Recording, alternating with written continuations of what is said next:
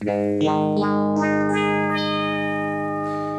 est 7 heures du matin, nous sommes le lundi 4 février. Retenez votre souffle, le moment est historique. Nous donnons le coup d'envoi à une nouvelle radio de Radio France. Voici Radio France Orléans.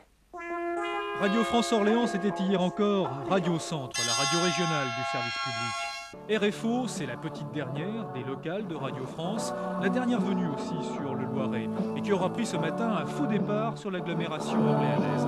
Impossible en effet pour les Orléanais de la capter sur sa fréquence 100.9. De 100 à 103 MW, une autre radio privée s'est en effet tranquillement taillée, un monopole sur mesure.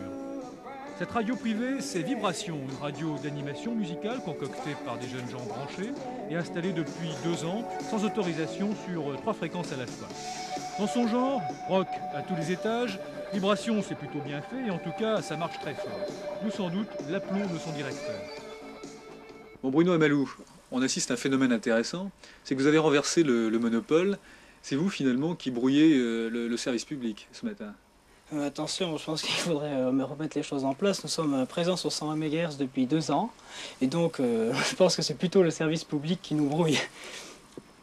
Enfin, nous savons bien de toute façon que nous sommes en quelque sorte les otages d'une radio privée qui a des revendications à faire et que je veux bien comprendre, mais qui a trouvé ce moyen-là pour faire pression sur les pouvoirs publics. Je pense que pour le service public, c'est inadmissible. En réalité, un compromis sera sans doute trouvé dans les jours qui viennent, après une page de publicité pour Vibration qui verrait officialiser sa fréquence 102.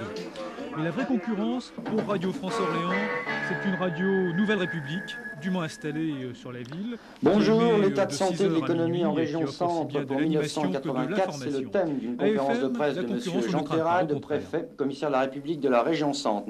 J'ai toujours été pour la concurrence, je pense que c'est une bonne chose et j'espère que RFO stimulera Orléans FM et que ça nous permettra d'aller plus loin. Et bien plus loin, il y a aussi la toute récente chaque jour à 12h30, positionnée sur le même créneau, animation plus information. 96.4, c'est en fait le réveil tardif du vieux Lyon, le sursaut radio du quotidien La République du Centre. Pour l'instant, une équipe qui se rôde et qui bientôt rôdera du haut d'une antenne de 60 mètres. Enfin, divorcé récemment d'avec le groupe publicitaire Dauphin, face à Vibration, une autre radio musicale, Méga.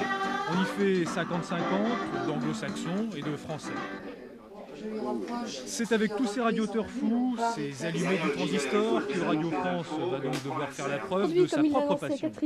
Pour cela, le service public s'est musclé côté cœur, notamment de Catherine Nivez, 19 ans, et pas vraiment l'usure du rond de cuir. Côté finance, par contre, crise oblige, ça n'a guère suivi, et la radio régionale, sans gros moyens, ne s'est guère étoffée en radio locale.